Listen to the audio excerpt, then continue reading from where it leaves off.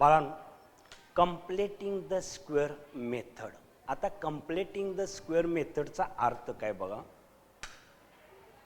Completing the square method म्हणजे middle term जे आहे,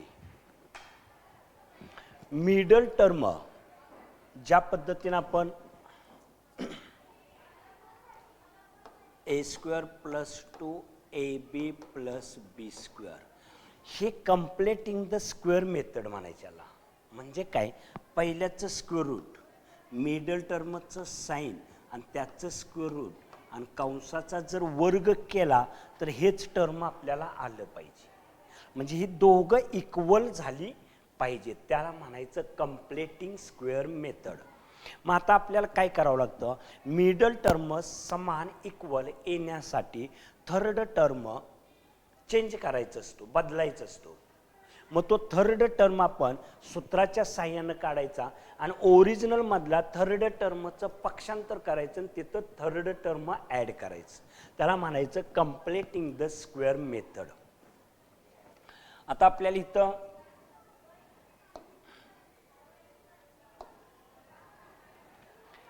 five x square minus 4x minus 3 is equal to 0 हे गणित दिलेलं आहे. मग हे थर्ड टर्म आपल्याला ह्यात इथं उपयोगी पडत नाही. मग त्याला बरोबर चिन्हाच्या पलीकडे टाकायचं आणि आपल्या फॉर्म्युलाच्या मेथडनं थर्ड टर्म काढायचा आणि तो तिथं भरायचा, दोन्ही साईडला ॲड करायचा आणि आपला नियम चालू ठेवायचा. Completing the square method.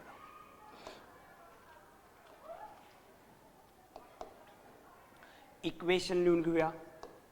5x square minus 4x minus 3 is equal to 3. आपल्याला थर्ड टर्म जो आहे तो ह्या इक्वेशनला बरोबर नाही. मिडल टर्म इक्वल येण्यासाठी हा आपल्याला बदलावा लागेल. मग तो बदलण्यासाठी काय करायचं, 5x square minus 4x is equal to याचं पक्षांतर केलं 3 आणि आता आपण थर्ड टर्म काढायचा. थर्ड टर्म काढण्यासाठी फॉर्म्युला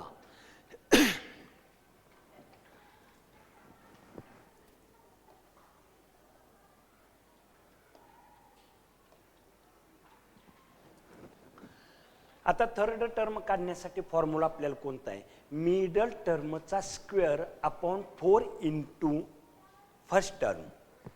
म्हणजेच आता आपल्याला थर्ड टर्म बरोबर मिडल टर्मचा स्क्वेअर. मिडल टर्म म्हणजे कोणता येणार, 4x minus 4x bracket square upon 4 into first term. First term म्हणजे कोणती, पहिली संख्या, पहिले पद 5x स्क्वेअर स्क्वेअर केला वजा 4चा वर्ग अधिक 16 x वर्ग 5 चौक 20 x वर्ग.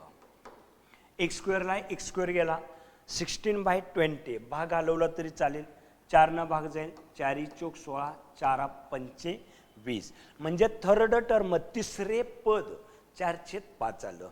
ते दोन्ही साईडला ॲड करायचं, एकाच साईडला ॲड करायचं नाही, दोन्ही साईडला ॲड करायचं, मिळवायचं. म्हणजे 5x square minus 4x plus 4/5 पलीकडं 4/5 प्लस 3/1. आता मिडल टर्म बरोबर झालेलं आहे 2ab.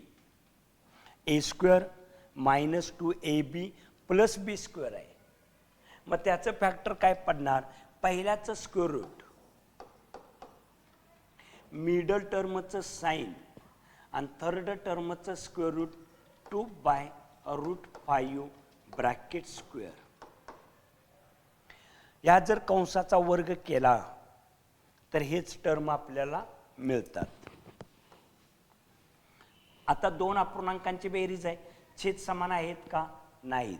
मग छेदांचा गुणाकार छेदात, त्यानं गुणलं 4 × 1 4 अधिक 5 × 3 15.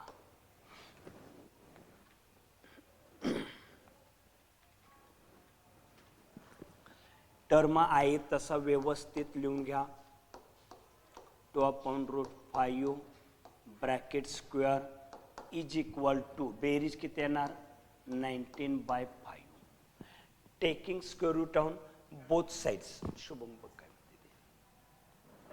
Taking square root on both side.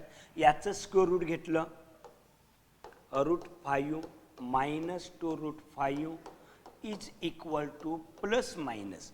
आता ह्या साईडचं स्क्वेअर रूट घ्यायला पाहिजे आपल्याला.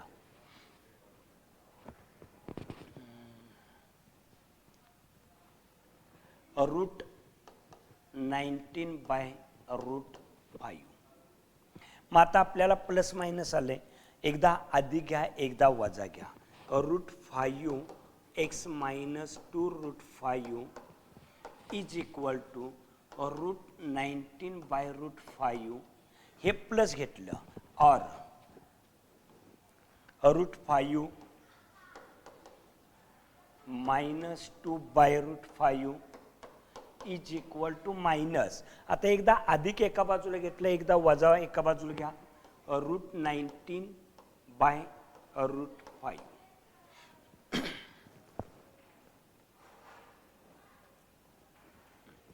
याचं पक्षांतर करा. √5x is equal to √19 upon √5. याचं ट्रान्सफर केल्यानंतर प्लस 2 बाय √5.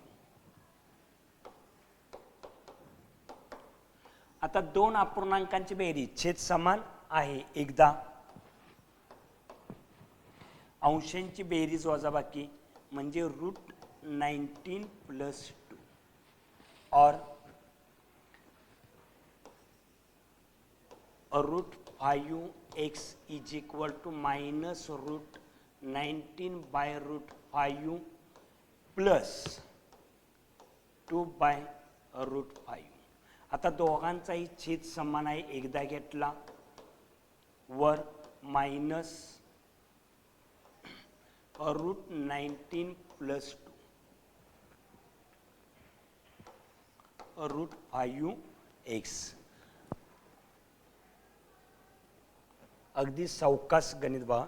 आता 5 न गुणलेलं आहे 5 न जाऊन भागायचं म्हणजे x is equal to √19 plus 2 upon √5.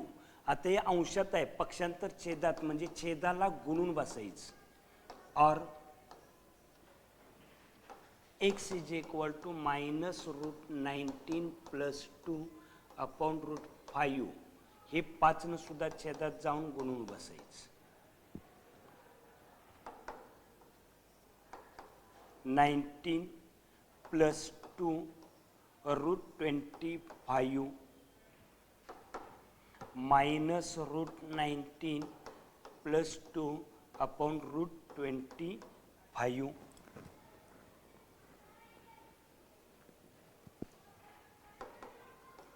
√19 plus 2 upon 5 minus √19 plus 2 upon 5. x is equal to x is equal to 2 root आलं छेदात 5. रॅशनलायझेशन ऑटोमॅटिक झालेलं आहे बाळांनो. आता हे उत्तर आपल्याला